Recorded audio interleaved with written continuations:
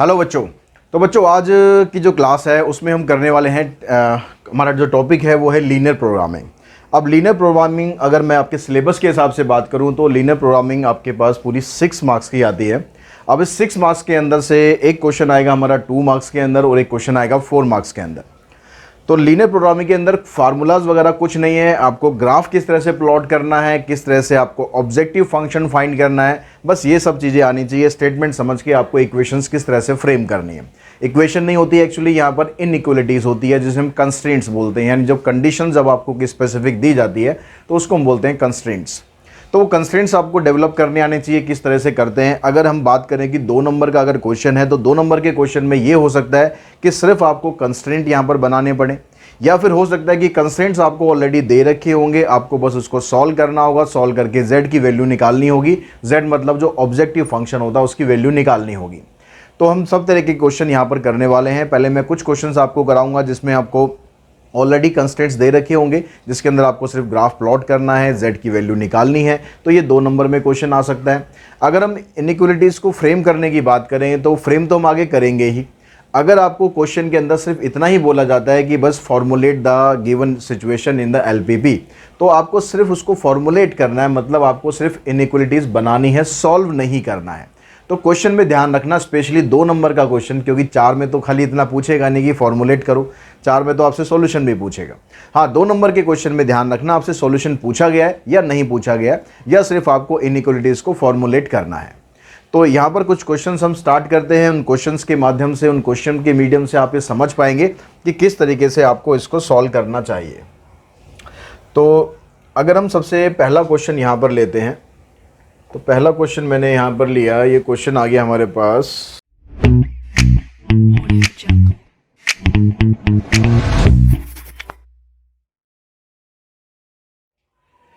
ये क्वेश्चन हमारे पास इसमें कहता है कि आपको फॉर्मुलेट करना है, मिनिमाइज करना है z equals to -3x + 4y को, यानी ये हमारा एक ऑब्जेक्टिव फंक्शन है, ये ऑब्जेक्टिव फंक्शन है हमारा, ठीक है। और सब्जेक्ट टू कॉन्स्टेंट्स, जो कंस्टेंट्स है आपको एक कंस्टेंट ये दे रखा है, एक कंस्टेंट ये दे रखा है, और इसके अलावा ये x > 0 और y > 0, इनका बड़ा इंपॉर्टेंट रोल होता है और ये आपके नंबर कटवा भी सकते हैं, इस चीज का ध्यान रखना, ठीक है। सबसे पहले मैं इसी के बारे में बात करूं कि इनका रोल क्या होता है, कि जब आपको कंस्टेंट दे रखे होंगे तो आपको ग्राफ बनाना है। ग्राफ जब आप बनाएंगे तो ग्राफ बनाने के लिए आपको एक y एक्सिस चाहिए और एक आपको x एक्सिस चाहिए, ठीक है। आप यहाँ पर ये x y एक्सिस शो करो, यहाँ पर ये एरोज आप जरूर लगाएंगे जब भी आप ग्राफ बनाएंगे।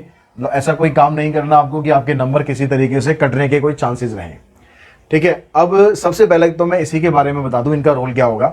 जब भी ये आपको दोनों के दोनों दे रखे होंगे, इसका मतलब ये होगा कि हमारा जो सॉल्यूशन आने वाला है, जो ग्राफ में जो हमारा फिजिबल रीजन आने वाला है, वो हमेशा फर्स्ट क्वाड्रेंट में ही आएगा, क्योंकि जो x की वैल्यू होती है > 0 का मतलब हो गया x 0 सारा इस लाइन के ऊपर होता है, y एक्सिस के ऊपर x हमेशा 0 होता है। तो इसके जो राइट हैंड साइड का सॉल्यूशन है वो काउंट होगा, और y > 0 इक्वल्स टू का मतलब है कि ये जो y x एक्सिस है इस पर y हमेशा 0 रहता है, तो इसके ऊपर वाला सॉल्यूशन काउंट होगा। यानी टोटल ओवरऑल मिला के आपको बस इतना ध्यान रखना है, जब भी ये दोनों आपको दिए गए होंगे तो आपका जो सॉल्यूशन है वो फर्स्ट क्वाड्रेंट में ही आना चाहिए, और ये आपको लगभग हर क्वेश्चन में दिए होंगे जब तक कोई x या y की स्पेसिफिक वैल्यू आपको ना दे रखी हो। तो x y की अगर कोई स्पेसिफिक वैल्यू दे दी, मान लो कह दिया कि भाई x > 1, तो आपकी जो लाइन है x = 1 की यहाँ पर आ जाएगी, आपका सॉल्यूशन इस साइड हो जाएगा। तो वो डिपेंड करेगा क्वेश्चंस के ऊपर, कुछ क्वेश्चन हम करेंगे उसके अंदर ऐसे आएंगे ही।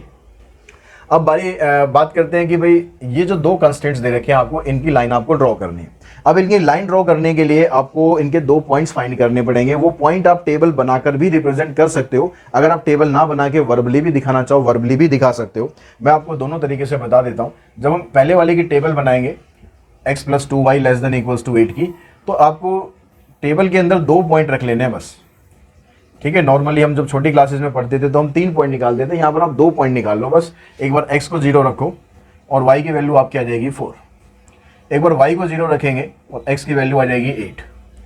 तो ये टेबल इसकी आ गई। ऐसे ही आप इसकी टेबल बना लो एक। ये टेबल आप रिप्रेजेंट करो अपने सॉल्यूशन में या मत करो, ये आपकी मर्जी है, कोई कंपल्सरी नहीं है। x को 0 करेंगे तो y आ जाएगा आपके पास 6, और y को 0 करेंगे तो ये सारा 0 हो जाएगा, x की वैल्यू आ जाएगी 4। तो तो यहाँ पर आपको ग्राफ ऑलरेडी पेपर में आपको मिलेगा, ये क्वेश्चन आपको ग्राफ पे करने, ध्यान रखना, ठीक है। तो आप यहाँ पर मार्क कर लेंगे ऐसे 1 2 3 4 5 6, 1 2 3 4 5 6, इस तरह से आप मार्क कर लेंगे। जैसे भी क्वेश्चन की डिमांड होगी, गैप 1 1 का लेना है या 2 का लेना है या 10 का लेना है, वो क्वेश्चन के ऊपर डिपेंड करेगा। अब यहाँ पर x0 y4, x की वैल्यू 0 लेनी है, y की वैल्यू 4 लेनी है। x की वैल्यू 0, y की वैल्यू 4 इधर आ जाएगी, और x की वैल्यू 8, y की वैल्यू 0। यहाँ 8 तक जाना है तो थोड़ा सा और आगे हमें जाना पड़ेगा, यहाँ तक जाना पड़ेगा। तो आपके पास ये एक लाइन आ जाएगी इस तरह से, स्ट्रेट लाइन आपकी स्ट्रेट आनी चाहिए, बिल्कुल बेंड नहीं होनी चाहिए। एरो आप लाइन के ऊपर लगाओ, और जिस लाइन का ये कंस्ट्रेंट है, ये इसका कंस्ट्रेंट है, ये यहाँ पर लिख दो। ग्राफ में जब आप लिखोगे तो x + 2y = 8 लिखेंगे, ठीक है। लेस ग्रेटर यहाँ नहीं लगाना जब आप ग्राफ में लिखेंगे। उसके बाद यहाँ पर दूसरा कंस्ट्रेंट है, इसके पॉइंट लेते हैं तो 0 6 आ गया आपके पास यहाँ पर, और 4 0 ये आ गया आपके पास यहाँ पर। अब इसकी एक लाइन आप ड्रॉ करेंगे, ये लाइन आ गई आपके पास किसकी, 3x + 2y = 12। तो लाइन आपने ड्रॉ कर दी। ड्रॉ करने के बाद आपके पास एक पॉइंट आ रहा है जो इन दोनों का इंटरसेक्टिंग पॉइंट है। इस इंटरसेक्टिंग पॉइंट को आपको निकाल लेना है। ग्राफ की हेल्प से आपको इजीली पता चल जाएगा ये क्या है। फिर भी आप यहाँ पर अगर चेक करना चाहें तो इन दोनों इक्वेशन को आपको सॉल्व करना है। अगर इन दोनों इक्वेशन को मैं सॉल्व करूं, on solving first and second, क्या इक्वेशन है हमारे पास। जब इक्वेशन आप सॉल्व करोगे तो आप यहाँ पर जो भी मेथड आप यूज कर रहे हो उस मेथड के हिसाब से यहाँ पर आप सॉल्व कर दो। एलिमिनेशन लगा देते हैं, ये कैंसिल, ये आ जाएगा यहाँ से -2x = -4।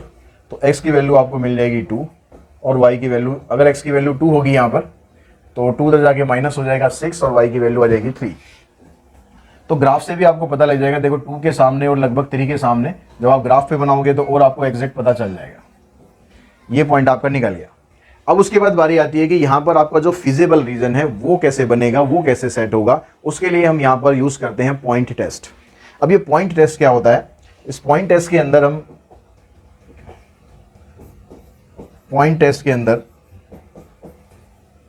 हम कोई एक पॉइंट लेते हैं और उस पर टेस्ट करते हैं कि वो पॉइंट सॉल्यूशन में आएगा या नहीं आएगा, यानी सॉल्यूशन का पार्ट होगा या नहीं होगा। नॉर्मल आप पॉइंट कोई भी ले सकते हो, जो भी पॉइंट आप लेना चाहो, जो आपका मन करे वो पॉइंट आप ले सकते हो, लेकिन हमने अपनी आसानी के लिए हम पॉइंट नॉर्मली लेते हैं 0 0, ठीक है। 0 0 से हम टेस्ट करते हैं कि 0 0 हमारे सॉल्यूशन का पार्ट होगा या नहीं होगा। तो इस वैल्यू को आप पुट करेंगे, put 0 0 in first and second, दोनों इक्वेशन में हम पुट करके देखेंगे। तो यहां पर आ गया आपके पास 0 < 8। तो ये आ जाएगा आपके पास स्टेटमेंट, देखोगे 0 की वैल्यू 8 से छोटी होती है, तो ये स्टेटमेंट आ गई ट्रू।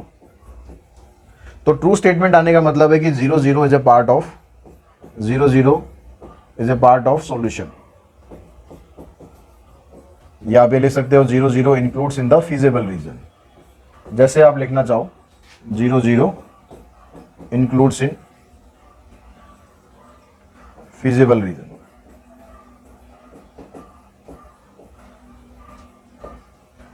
उसके बाद अब सेकंड वाली में पुट करते हैं, तो यहां से आ गया 0 < 12। ये स्टेटमेंट भी आपकी ट्रू आ रही है, यानी इसके हिसाब से भी देखेंगे तो 0 0 सॉल्यूशन का पार्ट होगा। अब यहां पर हम देखेंगे कि भाई इस चीज को आपको कैसे शेड करना है। जब हमने पहले वाली कंस्ट्रेंट का सॉल्यूशन किया, पहले वाला जो ग्रीन लाइन आपको दिख रही है, इसमें ये कह रहा है कि 0 0 सॉल्यूशन का पार्ट होगा। अब 0 0 सॉल्यूशन का पार्ट होगा तो इसका मतलब क्या हो, 0 0 पॉइंट तो इधर होता है। तो इस लाइन के हिसाब से देखेंगे, लाइन के दो पार्ट बन गए, एक इसके ऊपर वाला हिस्सा बन गया, एक इसके नीचे वाला बन गया। अगर 0 0 सॉल्यूशन का पार्ट है तो 0 0 की तरफ हम इसको शेड कर देंगे, तो हम इस तरफ इसको शेड कर देंगे। उसके बाद जो दूसरी वाली इक्वेशन है उसके अंदर भी हम देखेंगे कि यहां पर ये भी ट्रू आ रहा है। ये ट्रू आने का मतलब है कि 0 0 की तरफ शेड होगा, तो इसको भी आप इस तरफ शेड कर देंगे ऐसे। अब ये देखेंगे कि दोनों का जो कॉमन पार्ट है वो क्या आ रहा है, क्योंकि दोनों में नीचे की तरफ शेड हो रहा है, तो जो ये वाला पार्ट आपको दिखाई दे रहा है ये दोनों का कॉमन पार्ट आ रहा है। ये जो x एक्सिस और y एक्सिस की लाइन है ना, इससे आपको नीचे नहीं जाना है, इससे आपको लेफ्ट में नहीं जाना है, बिकॉज ऑफ दिस। अगर आप इससे लेफ्ट में चले गए या इससे नीचे चले गए तो आपका जो सॉल्यूशन है वो गलत हो जाएगा। अब ये आपका फिजिबल रीजन है, इस फिजिबल रीजन के हिसाब से अब यहाँ पर आपको निकालने पड़ेंगे कॉर्नर पॉइंट्स। अब यहाँ पर इसके जो कॉर्नर पॉइंट्स है, कॉर्नर पॉइंट आपके पास एक तो ये 4 0 है, 2 3 है और 0 4 है। तो अब यहाँ पर लिखो आप कॉर्नर पॉइंट्स। और z लिखो, z है -3x + 4y। तो जो कॉर्नर पॉइंट है आपके पास, एक तो 4 0 2 3 और उसके अलावा 0 4 और 0 0। तो इन पॉइंट्स को आप प्लॉट करो। यहाँ पर आएगा 4 इंटू में x करेंगे यानी -12 हो गया, 2 करेंगे -6 और 4 3 12, 12 - 6 6 हो गया, 0 4 करेंगे तो 16 हो गया और 0 0 करोगे तो 0 आ गया। अब यहाँ से आपको देखना है कि भाई वैल्यू आपको क्या लेनी है। यहाँ पर देखो वैल्यू आपको लेनी है मिनिमाइज। तो मिनिमाइज मतलब जो इनमें से मिनिमम वैल्यू है वो आपको लेनी है। तो ये हमारी मिनिमम वैल्यू आ जाएगी। तो यहाँ पर आप दिखा देंगे लास्ट में कि z is minimum when x = 4 and y = 0। और मिनिमम वैल्यू आप बता दो यहाँ पर कि मिनिमम वैल्यू कितनी आई है। मिनिमम वैल्यू आ गई आपकी -12।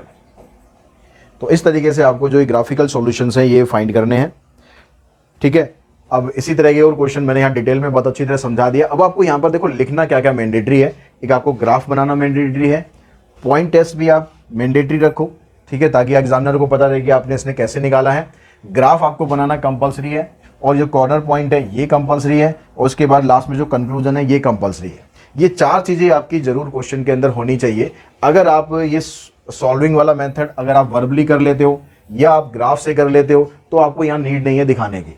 अगर आपको करना ही पड़ता है तो रफ में क्यों करना, फिर आप यहीं पर ही करो। रफ में करने का भी फायदा क्या है, ठीक है। अगर आप वर्बली कैलकुलेट कर ले रहे हो, ग्राफ से कैलकुलेट कर ले रहे हो तो वेल एंड गुड, तो आपको यहाँ दिखाने की जरूरत नहीं है। बात रही टेबल की, अगर आप कन्वीनियंट है डायरेक्टली वर्बली वैल्यू पुट करके यहाँ पर सीधा लाइन ड्रॉ करने के वर्बली पुट करो, टेबल भी शो करने की आपको जरूरत नहीं है। लेकिन अगर कर देते हो तो भी कोई दिक्कत नहीं है। लेकिन बस आपको ये graph, corner point, conclusion, point test, ये 4 चीजें आपको हर एक सॉल्यूशन में दिखानी जरूरी है। इनके बिना आप करोगे तो ग्राफ आपके जो नंबर है वो पूरे आपको हो सकता है ना मिले। और ग्राफ के अंदर ये एरो वेरो जैसे मैंने बताया ना, ये सब कुछ आपको यहाँ पर करना चाहिए। अब नेक्स्ट क्वेश्चन पे चलते हैं। नेक्स्ट क्वेश्चन हमारे पास है, इसमें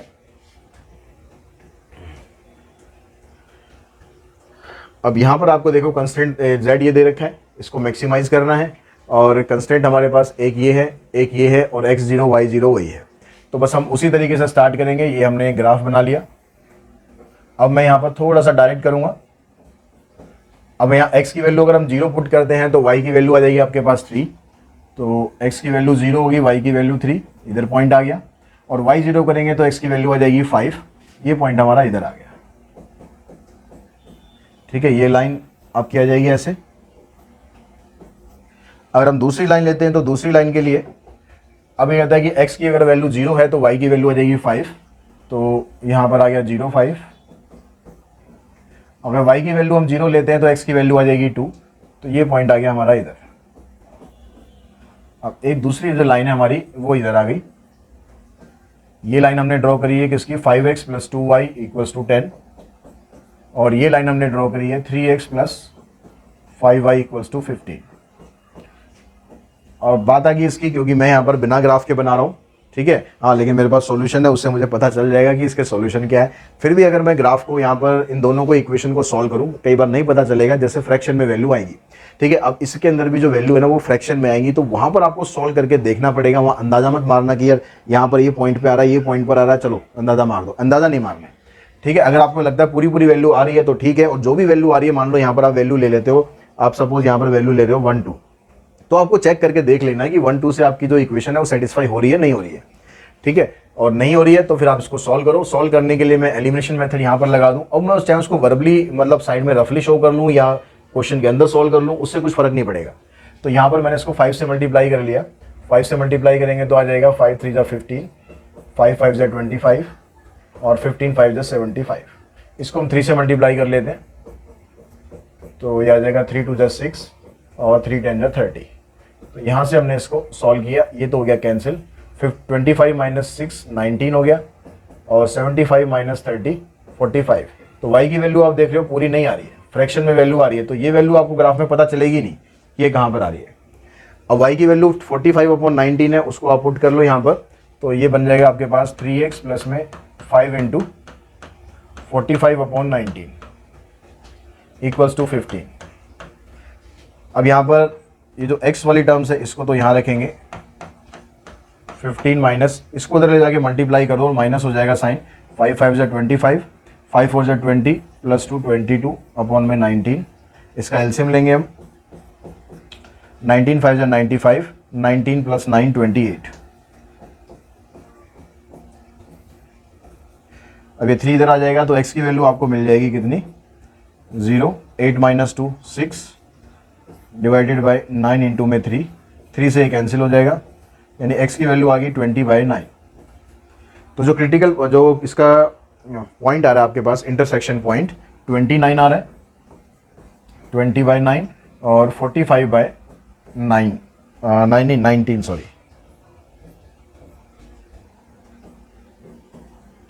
तो ये आपके पास इसका इंटरसेक्टिंग पॉइंट आ रहा है। अब हम आपके पास कॉर्नर पॉइंट तो इसके बन गए, अब ये देखना है कि रीजन इसका कौन सा आएगा। अब यहाँ पर क्योंकि यहाँ भी लेस देन का साइन है और यहाँ भी लेस देन का साइन है, जब सारी इक्वेशन में लेस देन का साइन होता है तो पॉइंट टेस्ट आपको दिखा तो देना शो करके, लेकिन जो आंसर है वो आपको पता है कि भाई आंसर मेरा इस तरफ ही आएगा, यही मुझे शेड करना है। फिर भी आप एक बार पॉइंट टेस्ट लेके जरूर दिखा देना। पॉइंट टेस्ट से आप यहाँ पर 0 0 पुट करना,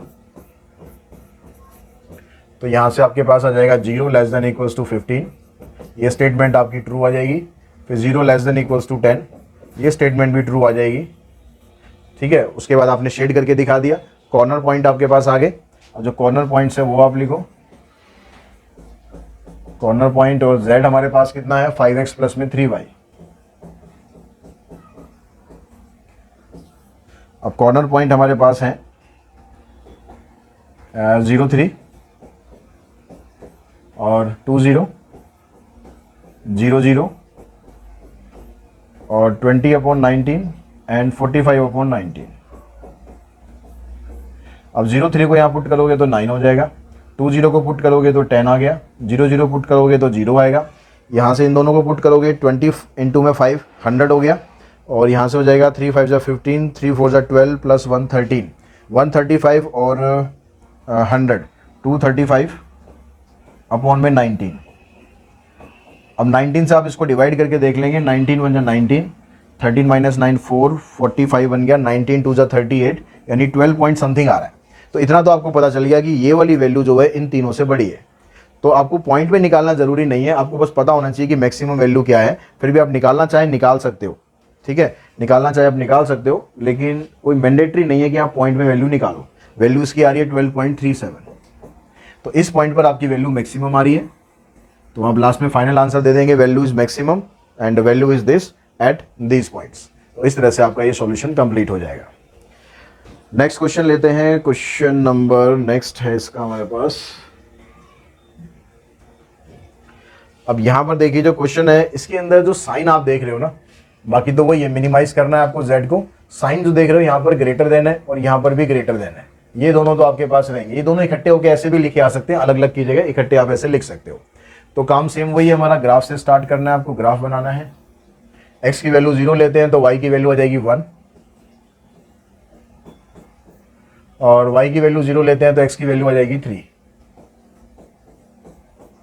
इसकी लाइन आपके पास ये आ गई, ये लाइन हमने ड्रॉ करी किसकी, x plus 3y equals to 3। अब उसके बाद दूसरी लाइन लेते हैं, दूसरी लाइन के लिए x को 0 पुट करते हैं तो y2 आ जाएगा, और y को 0 करते हैं तो x2 आ जाएगा। तो ये लाइन हमारी ये आ गई, ये लाइन आई है x plus y equals to 2। इसका इंटरसेक्टिंग पॉइंट निकाल लेते हैं। अब इंटरसेक्टिंग पॉइंट देखो, अगर मैं इसमें से इसको माइनस करूं तो x से तो x कैंसिल हो जाएगा, तो 3y माइनस वाई 2y और 3 माइनस 2 1। तो यहाँ लेफ्ट हैंड साइड में क्या आ गया आपके पास 2y, और आप इसमें से इसको माइनस कर रहे हो तो यहाँ 3 में से 2 माइनस करोगे आप आ जाएगा 1। तो y की वैल्यू आपको मिल जाएगी 1/2। अगर y की वैल्यू 1/2 है तो x की वैल्यू आ जाएगी 3/2। तो ये दो हमारे पास इंटरसेक्टिंग पॉइंट आ जाएंगे, 3/2 एंड 1/2।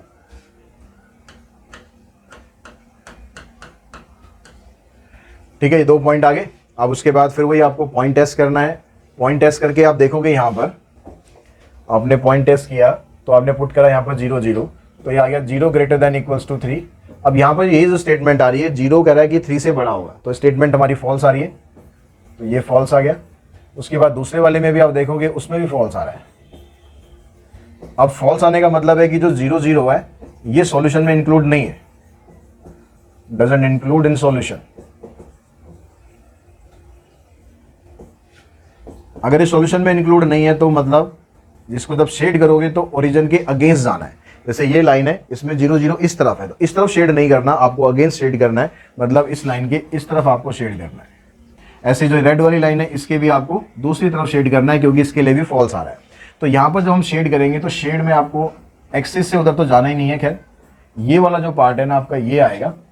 अब ये वाला जो पार्ट आपका आ रहा है अनबाउंडेड आ रहा है। अभी तक जो दोनों क्वेश्चन करे थे उसमें बाउंडेड रीजन आया था, यहाँ पर अनबाउंडेड आ रहा है। तो यहाँ पर आप दिखाओ जो फिजिबल रीजन है आपका वो अनबाउंडेड है।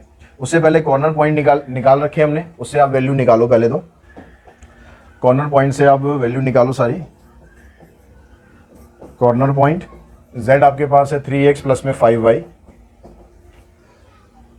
कॉर्नर पॉइंट एक तो आपको ये मिलेगा 0 2, एक 3/2 1/2, 0 2 3/2 एंड 1/2, और उसके बाद 3 0। अब 0 2 को यहाँ पुट करोगे तो 10 हो जाएगा, 3/2 पुट करेंगे तो 9/2, 5/2 9 प्लस 5 14/2 मतलब 7 आ गया ये, और 3 3 जा 9। अब वैल्यू यहाँ पर क्या चाहिए आपको, मिनिमाइज। तो वैल्यू आपकी मिनिमम यहाँ पर आ रही है। अब यहाँ पर फाइनल आंसर अभी हमारा नहीं बनेगा अगर रीजन अनबाउंडेड है। तो फाइनल आंसर बनाने के लिए आपको क्या करना पड़ेगा, we have to draw an inequality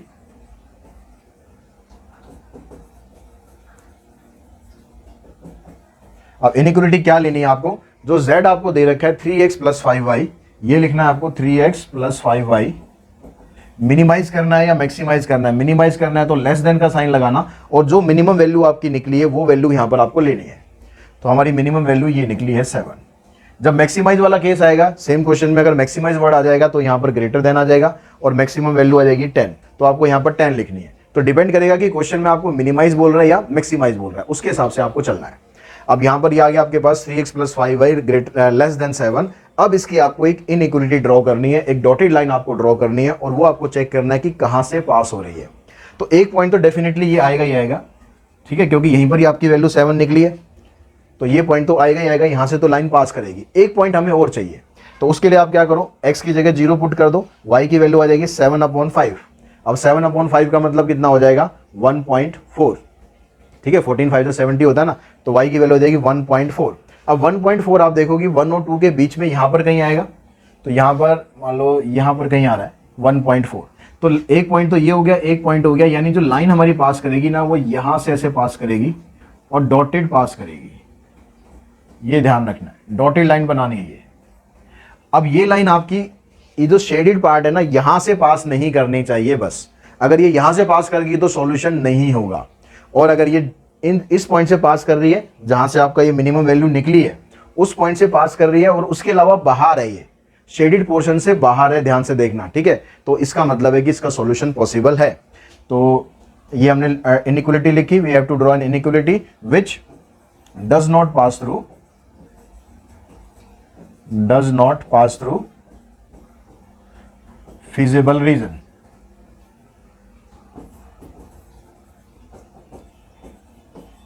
तो ये यहां से पास नहीं कर रही है, इसका मतलब हमारी जो मिनिमम वैल्यू है वो पॉसिबल है, मिनिमम वैल्यू 7 एट इस पॉइंट पर 3/2 एंड 1/2।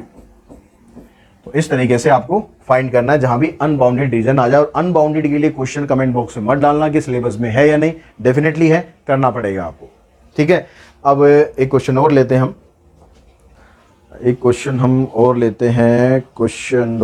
क्वेश्चन। तो ये वाला क्वेश्चन देखते हैं। इस क्वेश्चन में आपको मैक्सिमाइज करना है z equals to x plus y को। एक कंस्टेंट आपको ये दे रखा है, दूसरा कंस्टेंट ये दे रखा है, यहाँ पर ये -x plus y less than equals to 0 है। अब यहाँ पर फिर वही काम करेंगे हम, पहले ग्राफ ड्रॉ करते हैं इसका।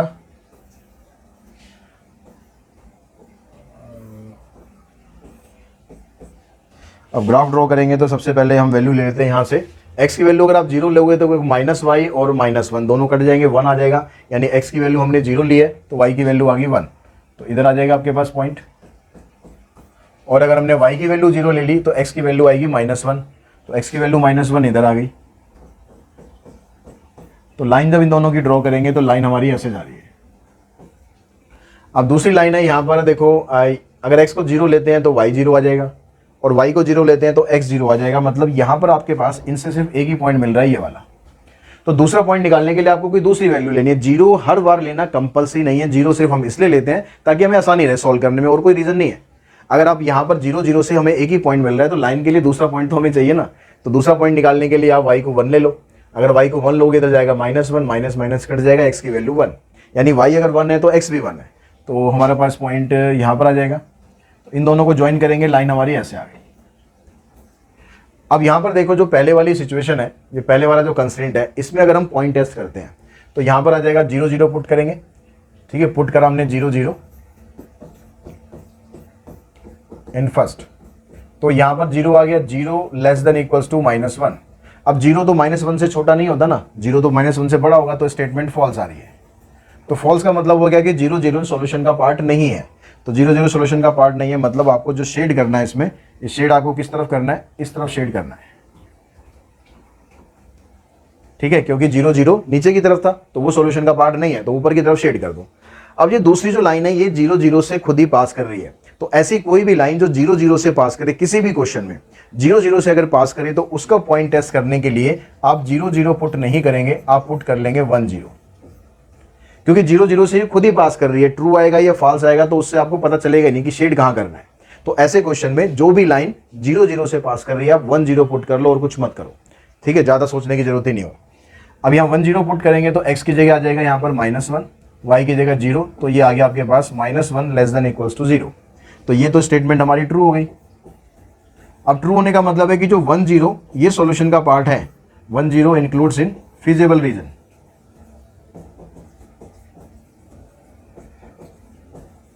Include in feasible region. अब 1 0 है कहां पर, 1 0 तो यहां पर है, तो इस तरफ का एक्स्ट्रा शेड होगा। तो जब जो ग्रीन वाली लाइन है उसमें तो नीचे की तरफ वाला पार्ट शेड कर रहे हैं। अच्छा, यहां पर ये भी ध्यान रखना है, ग्रेटर देन इक्वल्स टू 0, तो आपको ये वाला पोर्शन तो लेना ही नहीं है, ये वाला पोर्शन आप छोड़ देंगे। ठीक है, आप सिर्फ पोर्शन लेंगे कौन सा, ये वाला, और इसमें जो ये रेड लाइन है इसमें ऊपर वाला।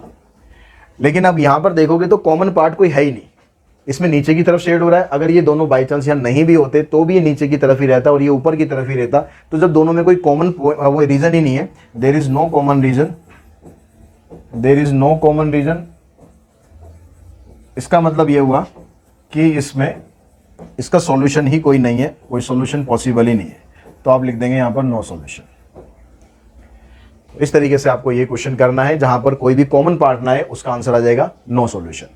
अब यहां पर एक क्वेश्चन मैं आपको बता रहा हूं जिसमें आपको इक्वेशन सिर्फ फ्रेम करनी है, और वो असाइनमेंट प्रॉब्लम है। असाइनमेंट प्रॉब्लम नॉर्मली हमें ज़्यादातर बुक्स में नहीं दे रखी है, कुछ पीडीएफ आपको उसमें सीबीएसई हैंडबुक है, उसमें आपको कुछ क्वेश्चन दे रखे हैं 2-3, तो उसी में से मैं एक क्वेश्चन आपके लिए ले रहा हूँ और उसको हम करते हैं यहाँ पर।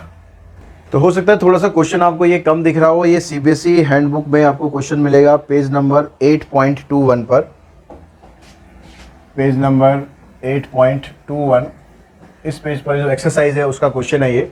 तो इस क्वेश्चन में ये आपको कहता है कि company has 2 grade of inspector 1 and 2, 2 तरह के यहाँ पर ग्रेड इंस्पेक्टर है। To undertake the quality control inspection at least 1500 pieces must be inspected in 8 hour day. 8 घंटे के दिन की ड्यूटी है और कम से कम उनको 1500 पीसेज जो है वो इंस्पेक्ट करने हैं। Grade 1 inspector can check 20 pieces in an hour with an accuracy of 96%। जो ग्रेड 1 इंस्पेक्टर है वो 96% की एक्यूरेसी से काम को चेक कर सकता है। जो ग्रेड 2 इंस्पेक्टर है वो 14 पीसेज को चेक करता है 1 घंटे के अंदर और एक्यूरेसी उसकी 92% है। Wages of grade 1 inspector are ₹5 per hour, while those of the grade 2 inspector are ₹4 per hour. Any error made by inspector cost ₹3 to the company. अगर वो इंस्पेक्टर कोई एरर करते हैं, कोई गलती करते हैं, तो उसकी कॉस्ट कंपनी को 3 रुपये के हिसाब से पड़ती है। If there are in all the 10 grade 1 inspector and 15 grade 2 inspector in the company. Total मिलाकर जो ग्रेड 1 इंस्पेक्टर हैं वो 10 हैं और 15 इंस्पेक्टर ग्रेड 2 के हैं। Find the optimal assignment of the inspector that minimize the daily inspection cost. Formulate the above problem as LPP. यहाँ पर आपको सिर्फ फॉर्मुलेट करना है, इक्वेशंस फ्रेम करनी है। अब यहाँ पर आप लेके चलो कि जो नंबर ऑफ आवर्स है फॉर ग्रेड 1 के, let number of hours for grade 1 and grade 2 be x and y। ठीक है, वैसे तो टोटल 8 आवर्स का काम है, एक दिन के अंदर 8 आवर्स का काम है, लेकिन जो ग्रेड 1 इंस्पेक्टर है वो x आवर्स तक काम करते हैं और जो ग्रेड 2 इंस्पेक्टर है वो y आवर्स तक काम करते हैं। ठीक है, अब उसके बाद क्वेश्चन में आपको यहाँ से दे दिया कि भाई कम से कम 1500 पीसीज आपको चेक करने हैं। अब इन 1500 पीसीज को चेक करने के लिए जो इसकी एक्यूरेसी है, तो उसके हिसाब से अगर आप देखें कि यहाँ पर जो नंबर ऑफ इंस्पेक्टर आपके पास है टोटल आपको दे रखे हैं 10। ठीक है, नंबर ऑफ इंस्पेक्टर टोटल आपके पास 10 है और दूसरे वाले इंस्पेक्टर हैं वो हैं 15। तो आप नंबर ऑफ इंस्पेक्टर यहाँ पर ले लो, नंबर ऑफ इंस्पेक्टर ग्रेड 1 के इंस्पेक्टर कितने हैं, इन सारी चीजों को सम अप करके लिख लो। ग्रेड 1 के इंस्पेक्टर हैं 10 और ग्रेड 2 के इंस्पेक्टर हैं आपके पास 15। ठीक है, उसके बाद आप यहाँ पर देखो कि भाई उनका जो हर घंटे के अंदर वो कितना चेक कर रहे हैं, तो वर्क पर आवर कितने पीसेस वो चेक कर रहे हैं। तो एक घंटे के अंदर जो इंस्पेक्टर 1 है वो 20 पीस चेक कर रहा है और दूसरे वाला इंस्पेक्टर जो है वो 14 पीस चेक कर रहा है। उसके बाद आप यहाँ पर लिखो कि भाई उनकी जो चेकिंग वो कर रहे हैं उसके अंदर एक्यूरेसी कितनी है और इनएक्यूरेसी कितनी है।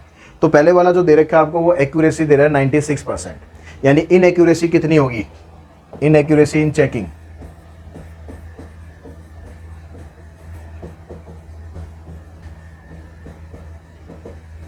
अगर 96% वो एक्यूरेट दे रहा है तो 4% क्या कर रहा है, इनएक्यूरेट कर रहा है। 4% का मतलब हो गया 0.04, 4% मतलब 0.04। और दूसरे वाले जो इंस्पेक्टर हैं उनकी जो एक्यूरेसी है वो आपको दे रखी है कितनी, 92%। 92% का मतलब है कि वही 8% इनएक्यूरेसी है, 8% मतलब 0.08। ये तो हुई उनकी इनएक्यूरेसी। उसके बाद कॉस्ट कितनी पड़ रही है इनएक्यूरेसी की, कॉस्ट जो पड़ रही है कंपनी को 3 रुपए पड़ रही है, कॉस्ट फॉर इनएक्यूरेसी। इसके लिए भी 3 रुपए पड़ रही है और इसके लिए भी 3 रुपए पड़ रही है। और उनका जो पर आवर के हिसाब से वेज है वो कितना है,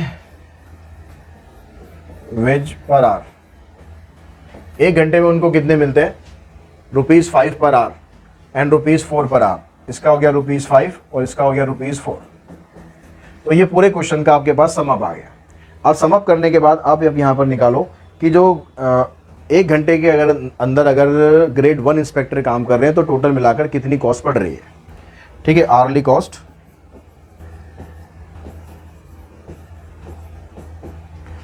फॉर ग्रेड 1। अब जो ग्रेड 1 इंस्पेक्टर है वो आपको यहाँ पर दिया हुआ है कि कितना, भाई पर आवर के हिसाब से उनका वेज कितना है, 5 रुपये है, तो 5 रुपये तो आपको वेज देना ही देना पड़ेगा। अब इसके अलावा वो काम कितना कर रहे हैं, काम यहाँ पर वो कर रहे हैं कितने पीस चेक कर रहे हैं और उसकी जो कॉस्टिंग है वो आपको कितनी पड़ रही है। पीस वो चेक कर रहे हैं कितने, 20 पीस चेक कर रहा है grade 1 inspector with an inaccuracy of 0.04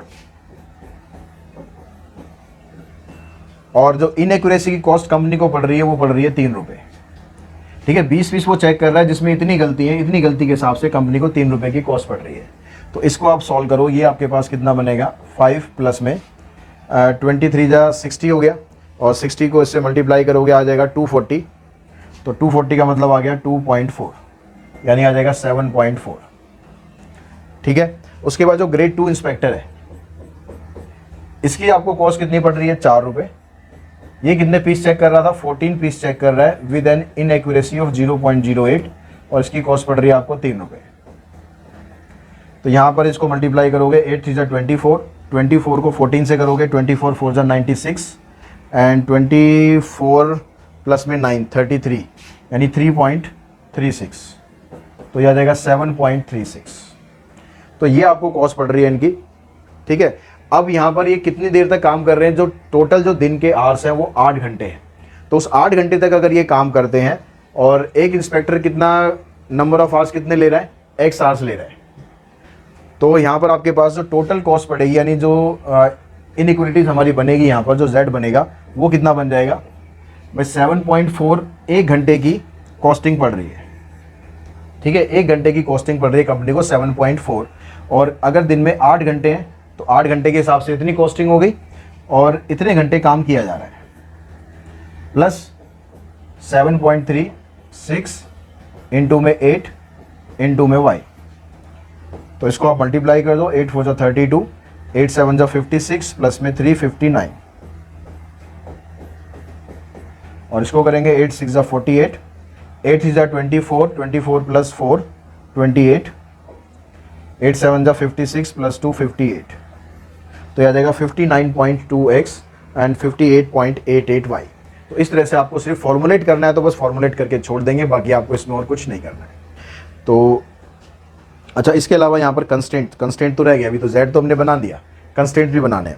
अब कंस्टेंट हम बनाएंगे तो उसके अंदर हम क्या करेंगे भाई, हमारे पास जो यहाँ पर 20 घंटे तक काम कर रहे हैं, ठीक है, और 8 घंटे हमारे पास टोटल मिलाकर हैं, और ग्रेड 1 इंस्पेक्टर जो है वो x आवर्स तक काम कर रहा है। तो जो कंस्टेंट है हमारे पास वो क्या बन गया, यह आ जाएगा 20 इंटू में 8x, तो हो जाएगा वो 160।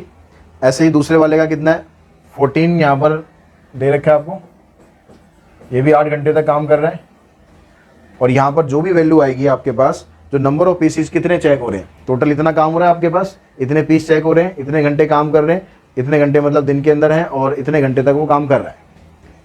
तो ये सारे पीसीज मिलाकर 1500 पीसीज आपको चेक करने हैं। तो यह आ जाएगा 160x प्लस 14 8 जा 112 ग्रेटर दैन इक्वल्स टू 1500। एक कंस्टेंट ये आ गया। दूसरा कंस्टेंट लेंगे यहाँ पर, उसमें जो x और y की वैल्यू है वो तो यहाँ पर हमेशा क्या रहेगी आपके पास, greater than equals to 0 and y greater than equals to 0। तो वो तो आपके हमारे पास यहाँ पर रहेगा ही रहेगा।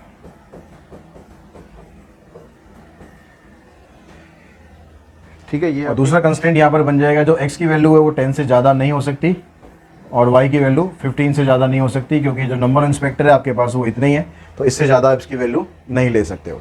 तो ये तो हमारे पास कंस्टेंट 3 कंस्टेंट बन जाएंगे, ये हमारे पास z बन जाएगा, और इस तरह से आपकी जो इक्वेशन है पूरी की पूरी वो फॉर्मुलेट हो जाएगी।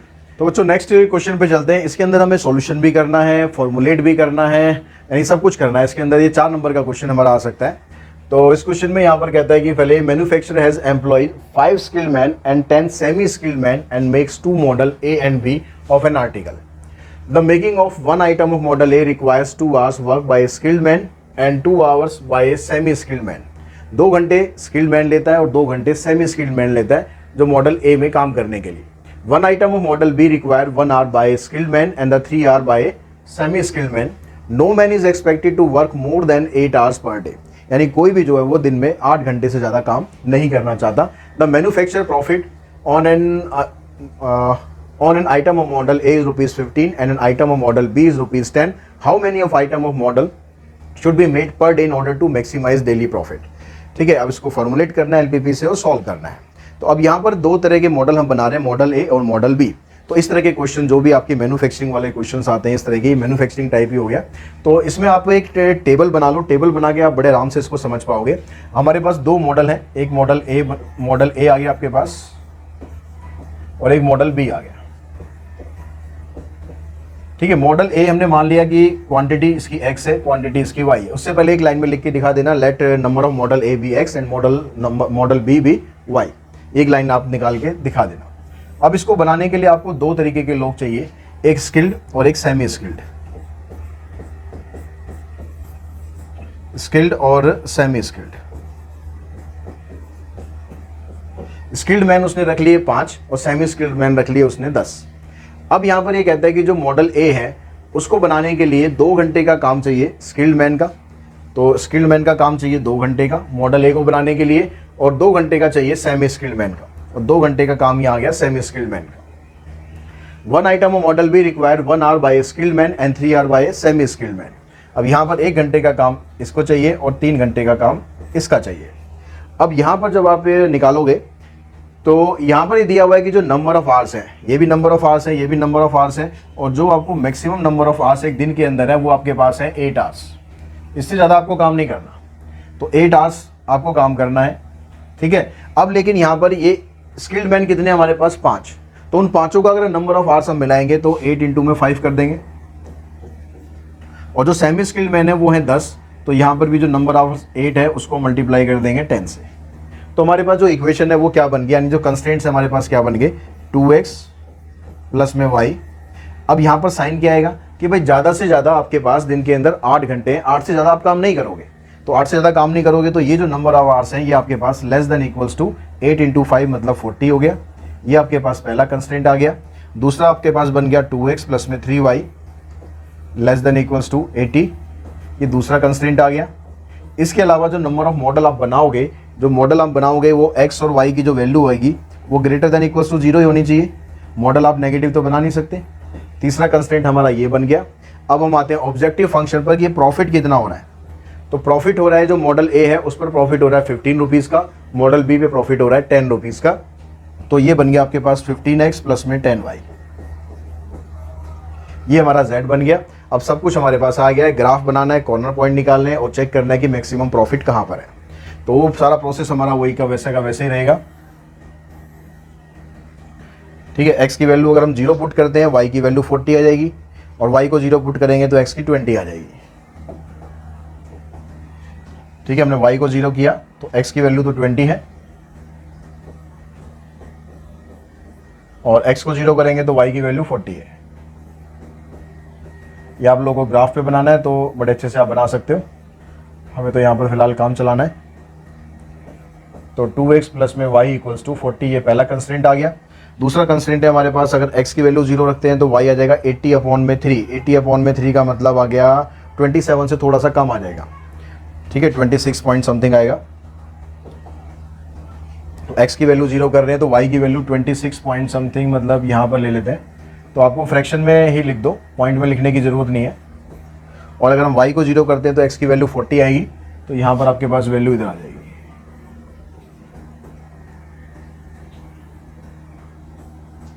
और इन दोनों इक्वेशन को जब हम सॉल्व करेंगे तो सॉल्व करने पर आपके पास जो इंटरसेक्टिंग पॉइंट आ रहा है वो आ जाएगा 10 और 20। ये वाला जो पॉइंट है ये 10, 20 आ जाएगा। ये तो आपको ग्राफ से पता चल जाएगा, या फिर आप जैसे मैंने पहले बताया था आपको सॉल्यूशन आपको निकाल के चेक कर लेना है।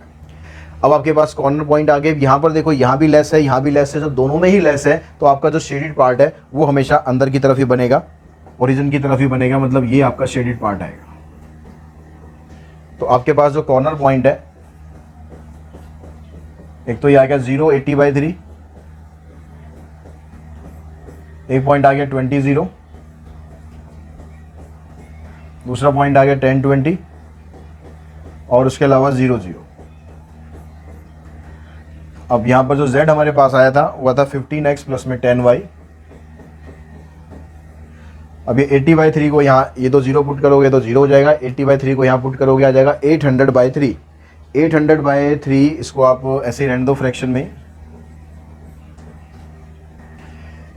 ठीक है, ये 200 कुछ समथिंग आएगा, वो बाद में देखेंगे कौन सी वैल्यू हमारी मैक्सिमम आ रही है। 20 को इससे मल्टीप्लाई करोगे तो ये 300 आ गया, तो इससे तो ज़्यादा है ही, तो उसको निकालने की हमें ज़रूरत ही नहीं है। ठीक है, 10 और 20 यहाँ पर पुट करेंगे तो आ जाएगा आपके पास 150, और यहाँ पर पुट करेंगे आ जाएगा 200 यानी 350। 0, 0 करेंगे तो 0 आ जाएगा, यानी जो मैक्सिमम वैल्यू आपके पास आ रही है वो आ रही है 350। किस पर? 10, 20 पर। तो आप दिखा देंगे कि जो मैक्सिमम प्रॉफिट इस ₹350, मैक्सिमम प्रॉफिट, ये लास्ट में आपको स्टेटमेंट में जरूर दिखाना है, is ₹350 if number of model A and B 10 and 12 respectively, 10 and 20। तो ये लास्ट लाइन आपको हर क्वेश्चन में, मतलब फाइनल कंक्लूजन आपको जरूर क्वेश्चन में दिखाना है। मैं अगर ना भी दिखाऊं या किसी क्वेश्चन में, आपको ये ध्यान रखना है, जरूर आपको दिखाना है। अब हम नेक्स्ट क्वेश्चन पे चलते हैं। नेक्स्ट क्वेश्चन आपके पास है,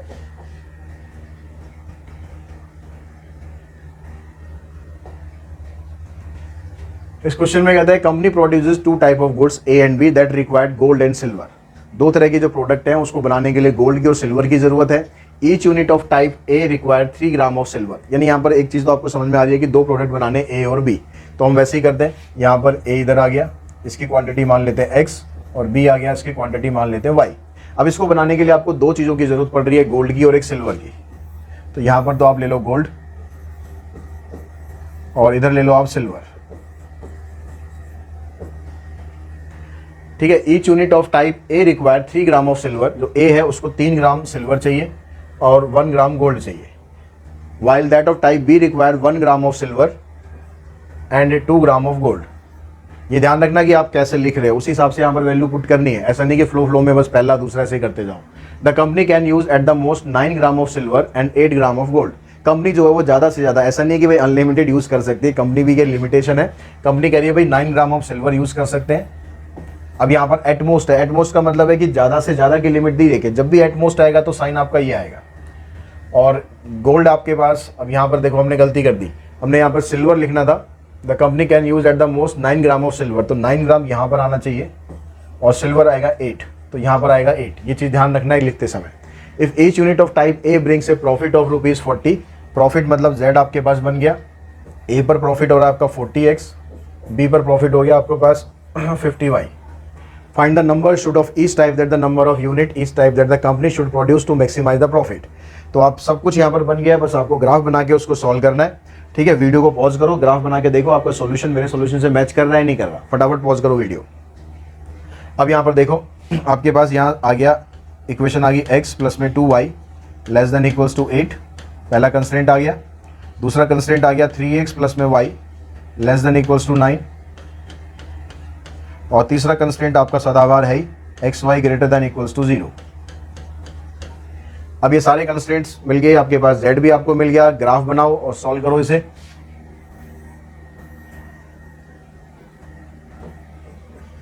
तो ग्राफ बनाएंगे, x की वैल्यू 0 तो y की वैल्यू आ गई 8 और सॉरी 4, तो y की वैल्यू आ गई 4,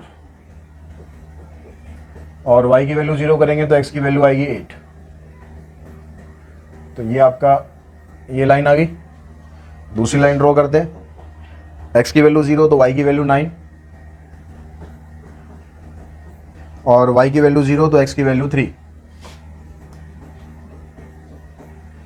ये दूसरा कंस्ट्रेंट आ गया।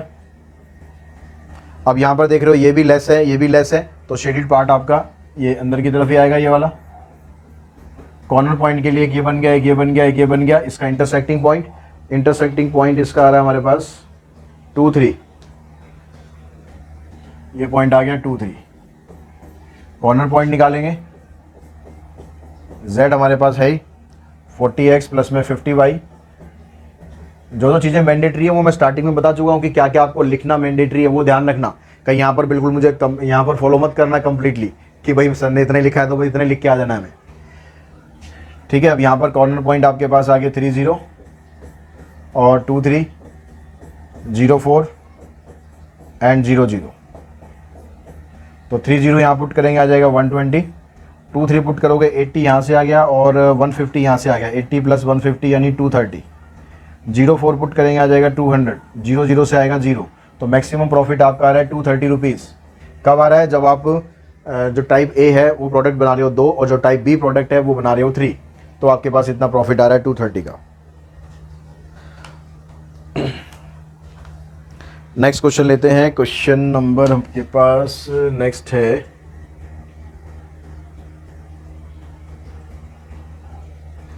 और दूसरी बात कि भाई ये जो पीडीएफ हमारे पास है ये अवेलेबल कराई है, जो नोडिया प्रेस की जो नई बुक आई है उन्होंने अवेलेबल कराई है प्रैक्टिस के लिए।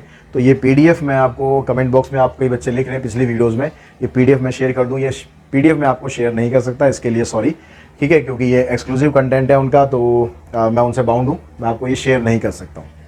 हाँ, तो ये लेकिन उनका इतनी अच्छाई उन लोगों की बहुत है कि उन्होंने काफ़ी सारा कंटेंट हमें प्रोवाइड कर दिया ताकि हम प्रैक्टिस कर सकें, टाइम हमारा इन सब चीज़ों को बनाने में वेस्ट ना हो।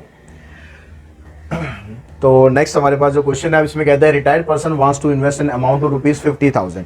एक पर्सन को 50,000 रुपये इन्वेस्ट करने हैं। His broker recommend investing in 2 type of bond A and B yielding 10% and 9% return respectively on the invest at least ₹20,000 in bond A and at least ₹10,000 in bond B। ठीक है, he also wants to invest at least as much in bond A as in bond B, यानी जितना वो bond ए में invest करना चाहता है कम से कम वो उतना, कम से कम इतना बॉन्ड बी में भी इन्वेस्ट करे। तो solve this LPP graphically to maximize is the return. अब यहाँ पर देखिए 2 तरीके के बॉन्ड है। अब उन 2 तरीके के बॉन्ड में एक में आपने कितना लगाया, बॉन्ड ए जो हमने वो मान लो खरीद लिया x, और जो बॉन्ड बी है वो हमने खरीद लिया y। ठीक है, अब जो इन्वेस्टमेंट उसने करी है वो इन्वेस्टमेंट कितनी करी है, वहाँ पर 50,000 की इन्वेस्टमेंट उसको टोटल करनी है। अब इस इन्वेस्टमेंट को करने के लिए उसने जो बॉन्ड ए में पैसा लगाया, लेट द इन्वेस्टमेंट यहां पर आपको टेबल से काम नहीं चलेगा, यहां डायरेक्टली बन जाएगा let investment in bond A and bond B rupees x and Y.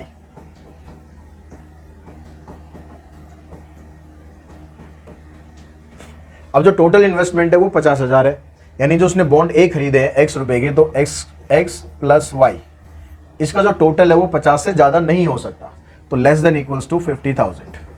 तो पहला कंस्ट्रेंट तो हमारा यही बन गया। अब उसके ब्रोकर ने उसको रिकमेंड किया कि भाई दो तरीके के बॉन्ड है, एक पर उसे 10% का रिटर्न मिल रहा है, दूसरे पर 9% का रिटर्न मिल रहा है।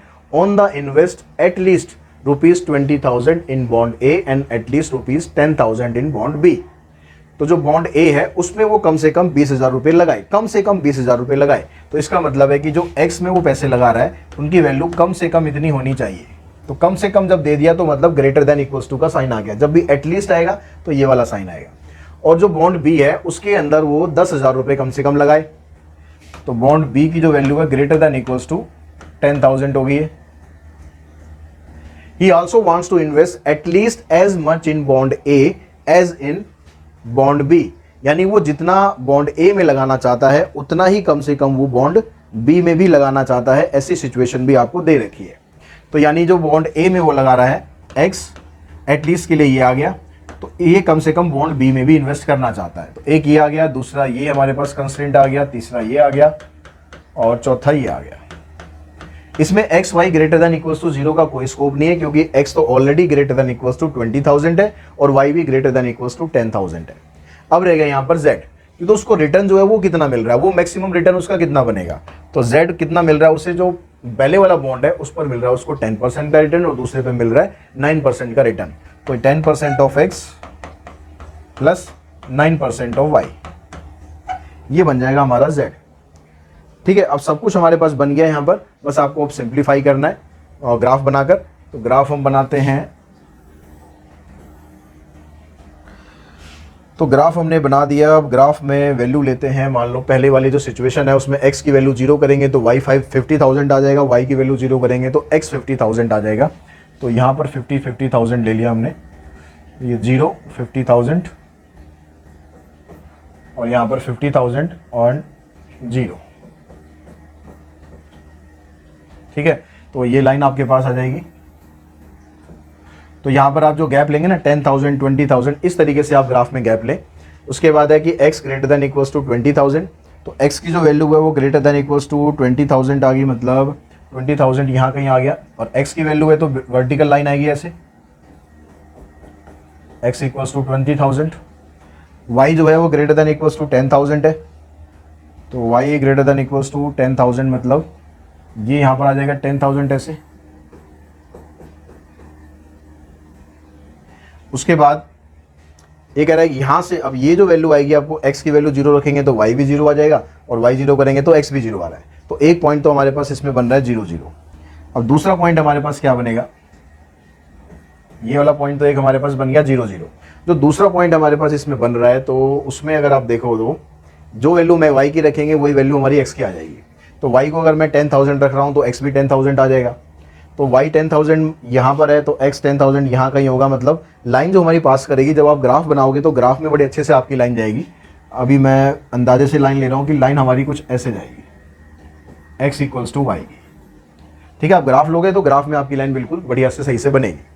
अब यहाँ पर हमें शेडेड पोर्शन देखना है, तो हम पहले वाले सिचुएशन में जाएंगे तो x की वैल्यू हम 0 0 पुट कर दें, तो यहाँ पर आ गया आपके पास 0 लेस देन इक्वल्स टू 50,000। तो ये तो आ गया आपका ट्रू। ठीक है, इसमें जो 50,000 यानी कौन सी लाइन थी हमारी, ग्रीन वाली, इससे लेफ्ट में सॉल्यूशन आएगा।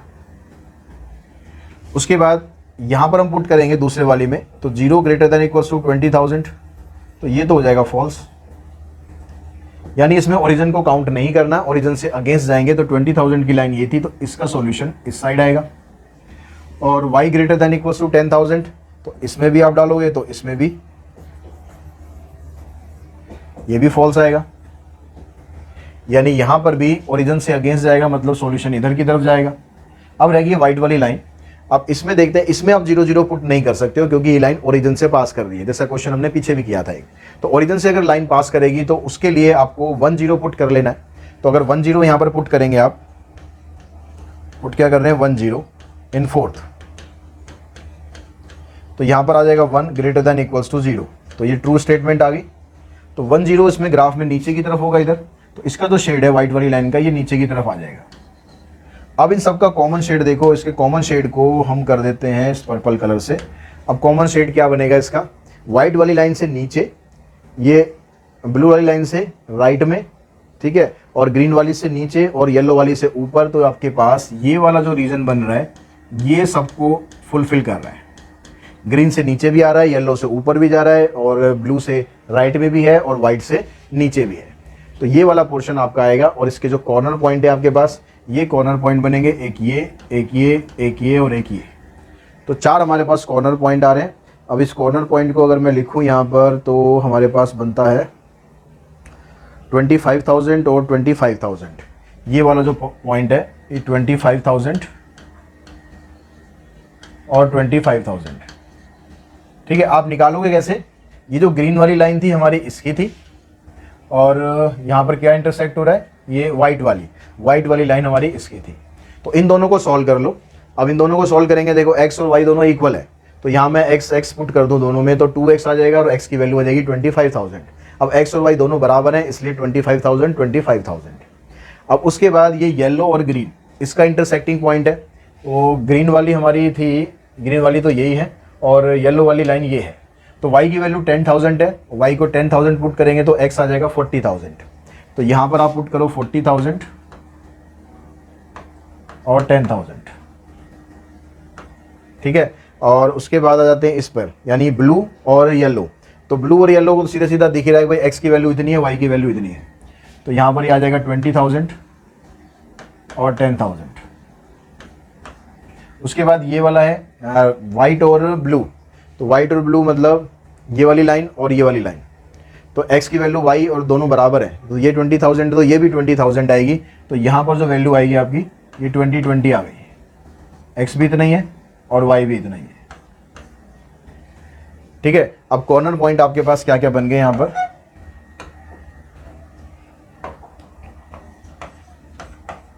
कॉर्नर पॉइंट और z तो आपके पास था कितना, ये 10% ऑफ x मतलब 10/100 हो गया, और ये 9/100। कॉर्नर पॉइंट आपके पास एक तो ये आ गया 2020,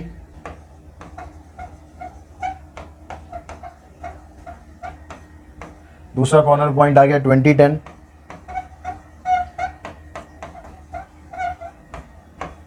उसके बाद 4010,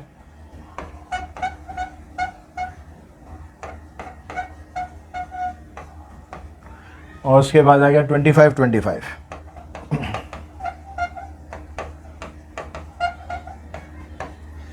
तो इन वैल्यूज को जब आप यहाँ पुट करोगे तो नीचे यहाँ पर क्योंकि 2 जीरो है, तो 2 जीरो तो आप यहाँ से सब में से उड़ाई दो, यानी रह गया यहाँ पर 200 को 10 से मल्टीप्लाई करोगे 2000 आ गया, और 9 को 200 से करोगे तो आपके पास आ जाएगा 1800।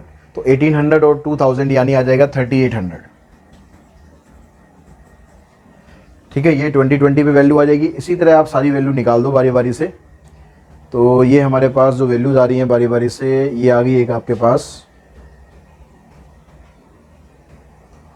सारी वैल्यू तो कैलकुलेट ही नहीं कर रखी इन्होंने भी, चलो हम तो कैलकुलेट करनी पड़ेगी। 20 और 10, अब 20 और 10 को लेंगे यहाँ पर, तो वही 200 को 10 से करेंगे 2000 और 900 यानी 2900।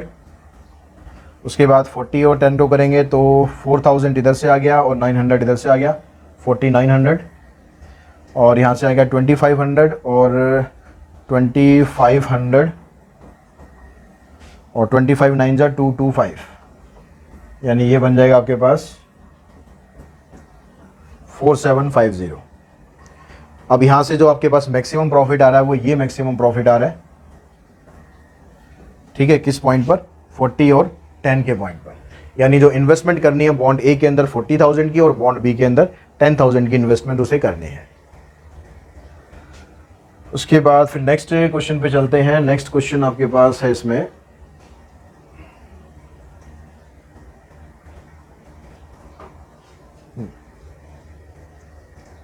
तो यहां पर देखो ऐसा भी हो सकता है कि क्वेश्चन के अंदर आपको जो टेबल है वो बनी बनाई मिल जाए, ऐसा भी पॉसिबिलिटी हो सकती है। तो अब यहाँ पर आपको कह रहा है कि भाई in order to supplement daily diet a person wishes to take x and y tablet, the content in milligram of iron, calcium and vitamin x and y are given.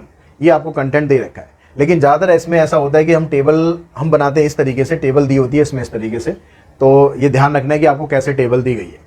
The person need a supplement at least 18 milligram of iron, जो iron है वो कम से कम 18 milligram चाहिए। तो at least का मतलब आपके पास symbol आएगा ये वाला, यहाँ पर 18 आ जाएगा। 21 milligram of calcium, at least 21 milligram of calcium and 16 milligram of vitamin, तो यहाँ पर ये आ गया।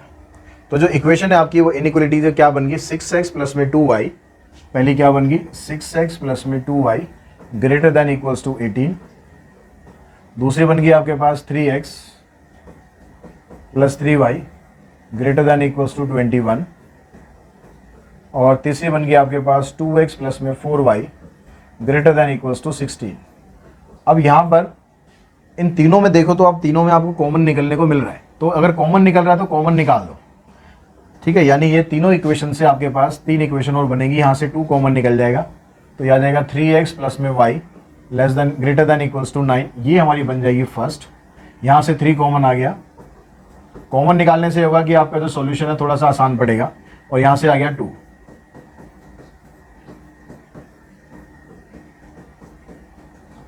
और इसके अलावा जो x y है इसकी वैल्यू ग्रेटर देन 0, ये तो रहेगी। और कुछ यहाँ पर दिया नहीं दिया ये देख लेते हैं। The price of each tablet of x and y ₹2 and ₹1, ये आपको प्राइस दिया हुआ है। तो how many tablet of each type should the person take in order to satisfy the above requirement at the minimum cost. तो उसको जो requirement है, जो कैल्शियम विटामिन ये सब भी चाहिए, लेकिन पैसा भी ज़्यादा खर्च नहीं करना है, पैसा कम से कम खर्च करना है। तो इसके लिए क्या करेंगे, जो Z हम बनाएंगे, यहाँ पर Z बना लेते हैं थोड़ा सा डिफरेंट कलर से। Z आपके पास क्या बनेगा, यहाँ पर जो टैबलेट की कॉस्ट है ₹2 और ₹1, यानी 2x प्लस में y, ये बनेगा आपका Z। अब यहाँ पर आप देख रहे हो कि तीनों इक्वेशंस हैं, तीनों के अंदर ग्रेटर देन का साइन है, यानी जो फिजिबल रीजन बनेगा अनबाउंडेड बनेगा, और जो अनबाउंडेड रीजन होता है उसमें हम क्या करते हैं, सब कुछ करने के बाद एक इनइक्वलिटी आपको और ड्रॉ करनी है, उसका भी आपको ध्यान रखना है। तो ग्राफ बनाते हैं इसका। देखिए x की वैल्यू 0, y की वैल्यू 9, तो चलो एक लाइन तो इसी से ले लेते हैं, और y की वैल्यू 0, x की वैल्यू 3, एक लाइन आपके पास ये आ गई, 3x plus y equals to 9 की। दूसरी लाइन आप ड्रॉ करो, x की वैल्यू 0, y की वैल्यू 7, y की वैल्यू 0, x की वैल्यू 7,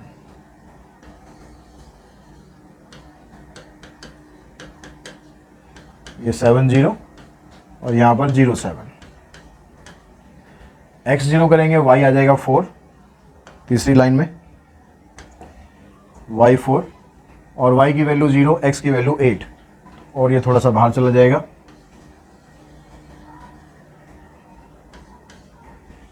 ठीक है। ये आ जाएगा x plus y equals to 8, ये आ जाएगा 0 4, और ये वाला पॉइंट आएगा आपके पास 8 0। अब फिजिबल रीजन इसका तीनों के अंदर ही ग्रेटर देन है, तो अनबाउंडेड ही बनेगा, आपको कुछ चेक करने की जरूरत नहीं है। तो फिजिबल रीजन इसमें आप बना दो बाहर की तरफ, तो ये वाला जो रीजन है ये बनेगा, ठीक है। अब इसमें कॉर्नर पॉइंट एक तो ये बनेगा हमारा, एक कॉर्नर पॉइंट ये है, एक कॉर्नर पॉइंट ये है, और एक कॉर्नर पॉइंट ये है। तो ये दो तो ऑलरेडी हमारे पास है, ये दो इक्वेशंस को सॉल्व करके हम निकाल लेंगे। तो सॉल्व करके हमारे पास जो बन रहा है कॉर्नर पॉइंट, ये एक आ रहा है 1 6, दूसरा आ रहा है 6 1, ठीक है। कैसे निकालना है वो मैं ऑलरेडी आपको समझा ही चुका हूँ। ये आएगा आपके पास 1 6 और ये आ जाएगा 6 1। तो जितने भी कॉर्नर पॉइंट है वो कॉर्नर पॉइंट आप लिखो यहाँ पर। क्या क्या है हमारे पास, 0 9, 1 6, 6 1, उसके अलावा एक लास्ट में आपके पास 8 0। इन सभी को यहाँ पर Z में पुट करो, तो 9 को यहाँ पुट करेंगे 9 आ गया, 1 6 करेंगे तो 2 इधर से और 6 इधर से 8, 6 1 करेंगे 6 2 12 प्लस 1 13, और 8 से करेंगे 8 2 16। तो जो कॉस्ट आपको मिनिमम पड़ रही है वो यहाँ पर पड़ रही है। तो मिनिमम कॉस्ट 8 होगी, लेकिन आंसर फाइनल करने से पहले, क्योंकि अनबाउंडेड है, आपको एक काम और करना है, एक आपको इनइक्वलिटी ड्रॉ करनी है। तो इनइक्वलिटी ड्रॉ करके हम चेक करेंगे कि वो फिजिबल रीजन से पास कर रही है नहीं कर रही है, ठीक है, क्योंकि जो फिजिबल पार्ट है वो अनबाउंडेड है, because feasible region is unbounded.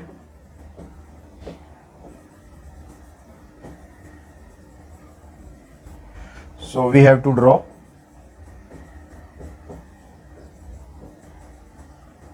Inequality. अब कौन सी इनइक्वलिटी आपको ड्रॉ करनी है? z के आपके पास 2x प्लस में y,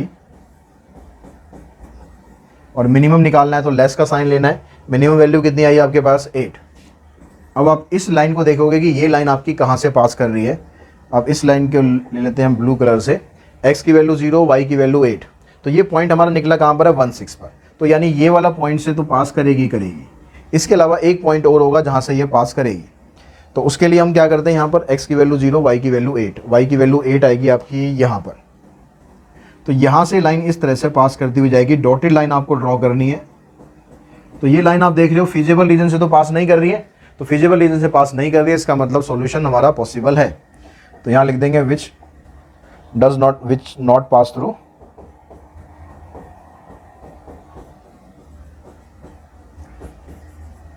थ्रू फिजिबल रीजन।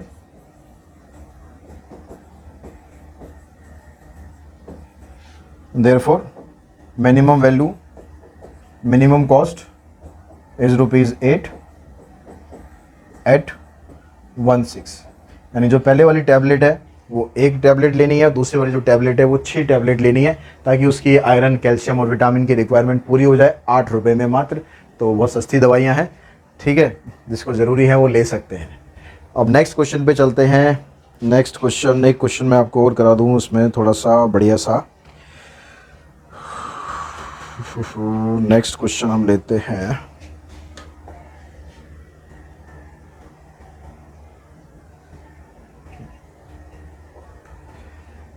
अब यहां पर देखिए, यहां पर कहता है कि company manufacture 3 kind of calculator ABC।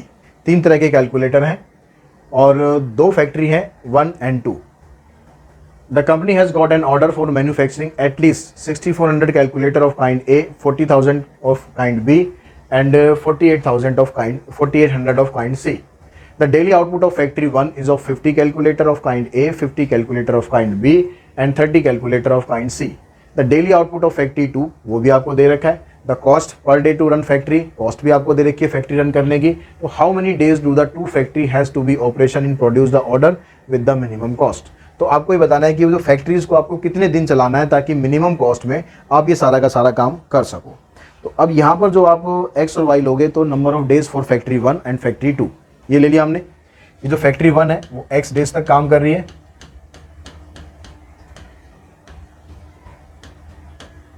और फैक्ट्री 2 ये y डेज तक काम कर रही है, ठीक है। अब इसके अंदर जो हमें बनाने हैं 3 तरह के कैलकुलेटर बनाने।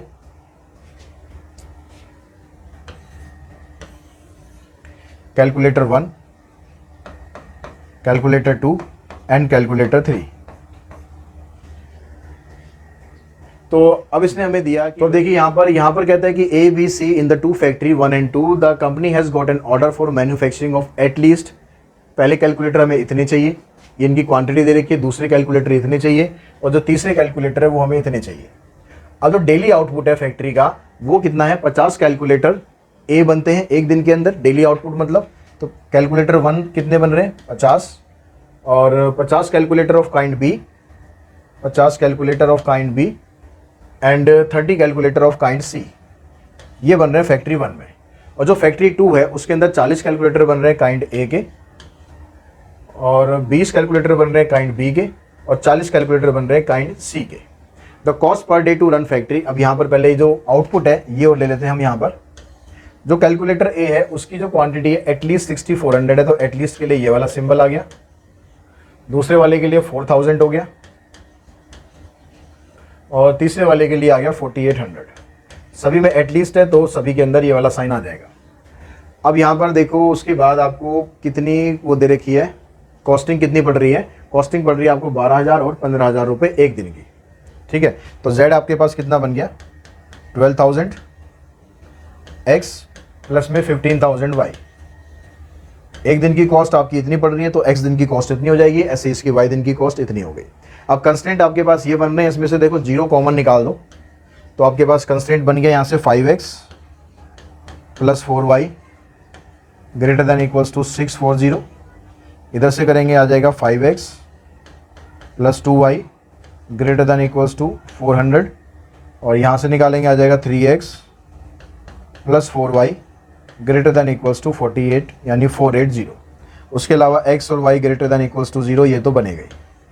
तो अब यहाँ पर भी जो शेडेड रीजन है वो अनबाउंडेड आएगा हमारा, ठीक है, वो उसको निकालना है हमें।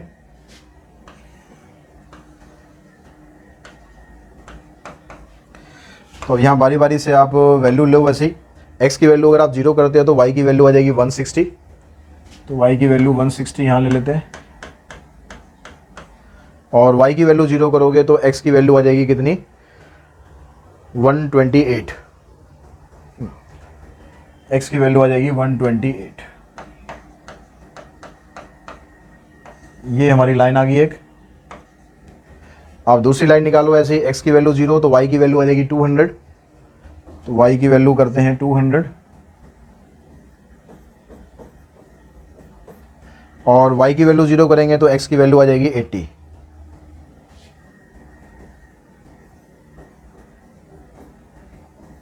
तो ये लाइन हमारे पास ऐसे आ गई। अब तीसरी लाइन लेते हैं, x की वैल्यू 0 तो y की वैल्यू आ जाएगी 120,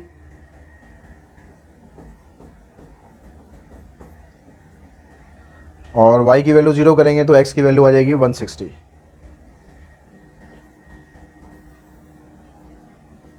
तो इस तरीके से हमारे पास ग्राफ बन रहा है। एक बार चेक कर लेते हैं ग्राफ हमारा सही बन रहा है कि नहीं बन रहा। हाँ जी, बिल्कुल ठीक बन रहा है।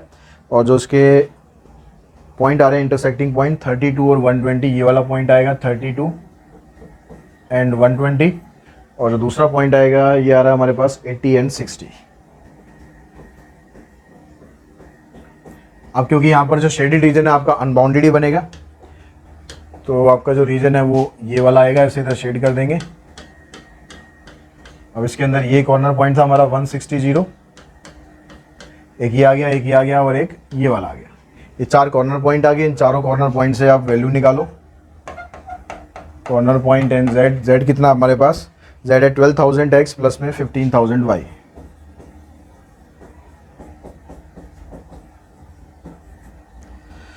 तो कॉर्नर पॉइंट आ गया एक तो 160, दूसरा आ गया 80-60, फिर 32-120, और उसके बाद आ गया 0 एंड 200। तो ये वैल्यू आपको दे रखी है। अब वैल्यू यहाँ से निकालोगे, 160 पर वैल्यू आ रही है हमारी 192,000। किस पर आ रही है, 160 पर।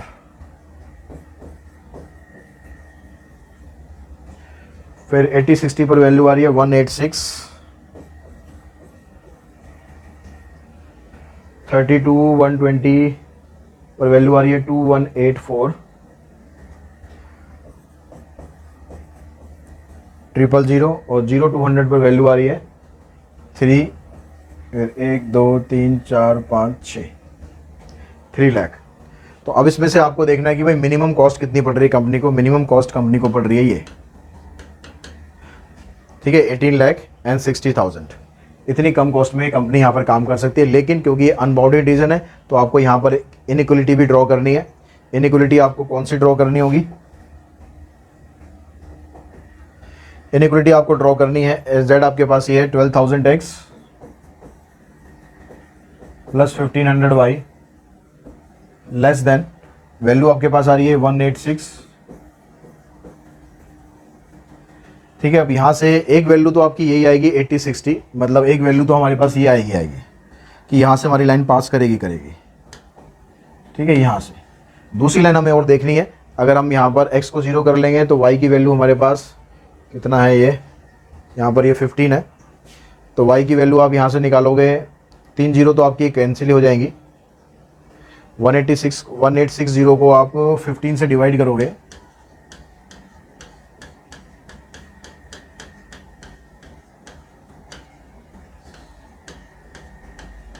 $124, तो 124 हमारे पास यहाँ पर कहीं आएगा, तो यहाँ से लाइन ऐसे पास कर जाएगी जो कि अनबाउंडेड जो शेडेड पार्ट है उससे बाहर से जाएगी, उससे बाहर से जाएगी, तो मतलब सॉल्यूशन हमारा पॉसिबल है। ये वैल्यू आपकी मिनिमम आएगी, कहाँ पर आएगी, इस पॉइंट पर आपकी वैल्यू मिनिमम आएगी। तो इस तरह से जो क्वेश्चंस है मैंने कोशिश करी है आपको वैरायटी ऑफ क्वेश्चंस कराने की, ताकि आप हर तरह के क्वेश्चंस कर पाएं। और इस वीडियो को देखने के बाद जो एलपीबी के आपके 6 मार्क्स हैं, आई थिंक वो आप बिल्कुल कंफर्म कर सकते हो। और प्रैक्टिस ज़्यादा से ज़्यादा करो ताकि आपके मार्क्स में कोई भी कमी ना रहने पाए। मैं अपनी तरफ से पूरी कोशिश कर रहा हूँ, लेकिन उसका फ़ायदा तभी मिलेगा जब आपकी तरफ से भी पूरा सपोर्ट मिलेगा। तो कोशिश करते हैं कि आप भी अच्छी तरह से मेहनत करें और जो भी कंटेंट मैं आपको प्रोवाइड कर रहा हूँ उसका पूरा फ़ायदा उठाएं। तो आज की इस वीडियो में इतना ही। Thanks to all of you.